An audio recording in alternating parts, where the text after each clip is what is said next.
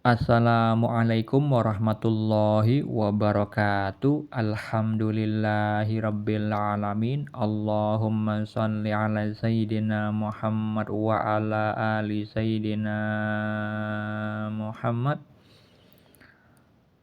Saya bagikan lagi kisah mimpi yang dialami salah satu murid yang saya bimbing spiritualnya. Sebut saja pemuda tersebut dengan nama Fulan, bukan nama yang sebenarnya. Fulan mengalami mimpi tentang keadaan bapaknya yang sudah meninggal. Tetapi sebelum saya ceritakan mimpi yang terbaru tentang keadaan bapaknya yang sudah meninggal itu, terlebih dahulu saya ceritakan tentang perilaku bapaknya tersebut. Waktu masih hidup, bapaknya Fulan itu pernah berjudi dan juga pernah masuk penjara. Dan ketika meninggal, Fulan dulunya juga pernah bermimpi bahwa keadaan bapaknya sudah meninggal itu divisualkan dalam mimpinya itu lagi sakit dan tidak memakai baju. Itu memiliki makna bahwa kondisinya lagi dihukum di kuburnya. Karena kondisi tidak memakai baju itu makna tersiratnya adalah seorang muslim yang tidak mengamalkan perintah agama. Berbeda keadaan dengan mimpi tentang baju yang dialami Nabi Muhammad SAW, yang bermimpi ada orang memakai baju sedada, ada orang yang memakai baju di bawah dada, dan juga diperlihatkan Umar bin Al-Khattab radhiyallahu an, sahabat beliau itu bajunya ditarik, maksudnya bajunya panjang. Ketika beliau ditanya apa takwilnya, Nabi Muhammad SAW mentakwilkan bahwa itu adalah agama.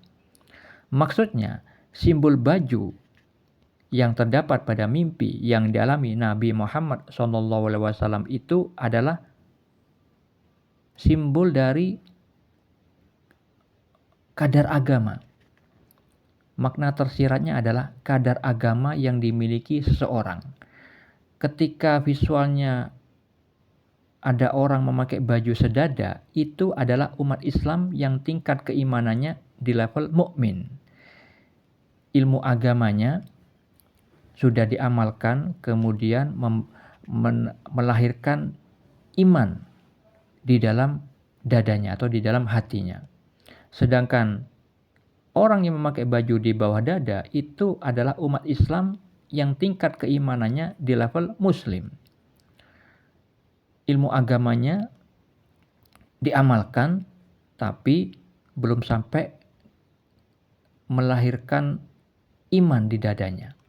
Karena umat Islam di level muslim itu sibuk urusan duniawi, sibuk urusan perut, kenikmatan-kenikmatan dan pernak-pernik keduniawian.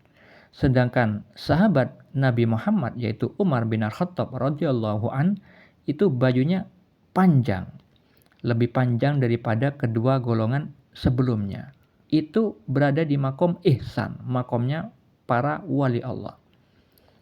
Sedangkan bapaknya si Fulan, mimpi yang terdahulu itu tidak memakai baju. Maka itu kondisinya adalah buruk. Orang yang tidak menjalankan perintah agama. Sesuai dengan kehidupan nyatanya, beliau berjudi dan masuk penjara. Itulah mimpi yang terdahulu. Sedangkan mimpi yang dialami istri beliau, yaitu mamanya si Fulan, itu lebih buruk visualnya.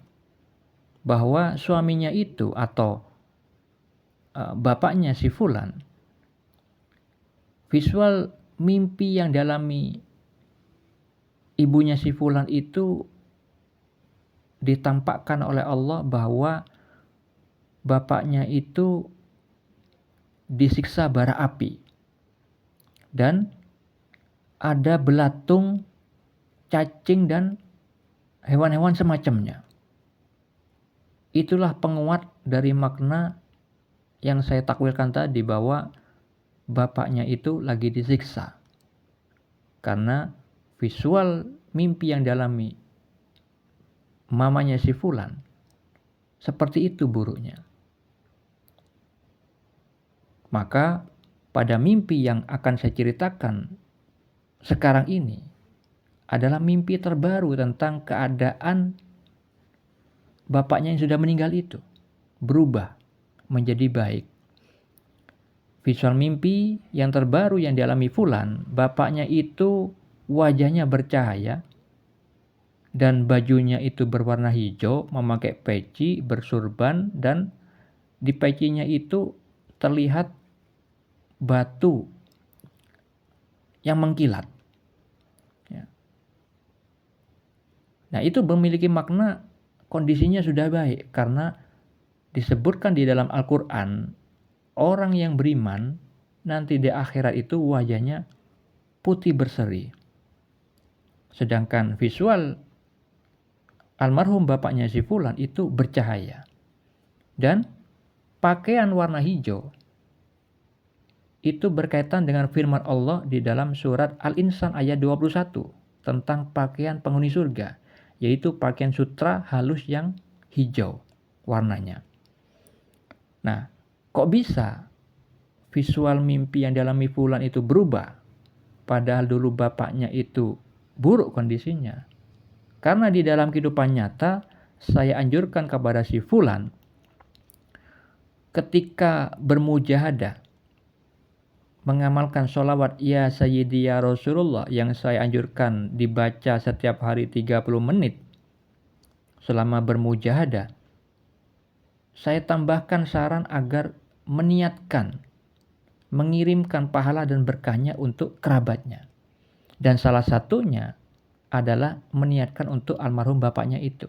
Makanya kemudian dengan banyaknya sholawat yang Fulan baca itu merubah kondisi almarhum bapaknya yang awalnya buruk tersebut.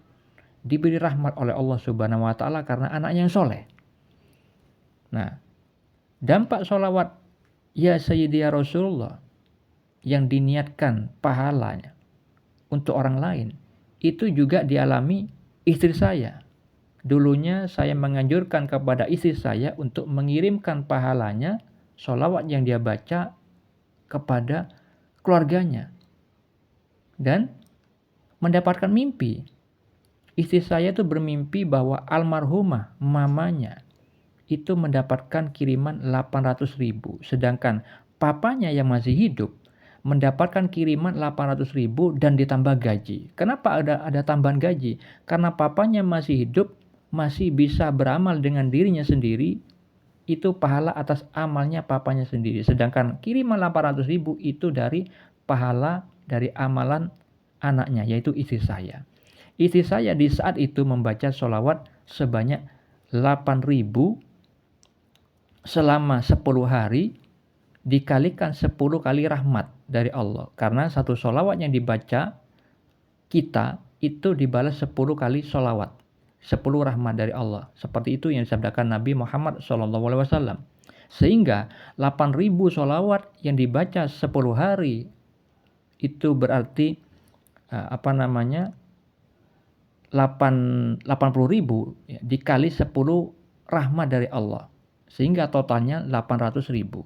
Seperti itulah dampak kebaikan dari sholawat yang pahalanya, berkahnya dikirimkan kepada orang lain. Bagi Anda yang ingin mencobanya, silakan diamalkan. Siapa tahu dapat mimpi juga dari Allah Subhanahu wa Ta'ala. Untuk diketahui, saudara-saudariku, mimpi bukan hanya kembangnya tidur, tetapi adalah bagian dari syariat Islam. Mimpi adalah salah satu hal yang juga diatur di dalam peraturan atau syariat Islam, karena mimpi itu ada 3 macam, sehingga Nabi Muhammad bersabda bahwa mimpi itu ada 3, yang mana hal itu berkaitan dengan cara meresponnya berbeda-beda. Untuk mengetahui dalil tentang mimpi, Anda bisa baca pada deskripsi di video ini. Semoga bermanfaat. Assalamualaikum.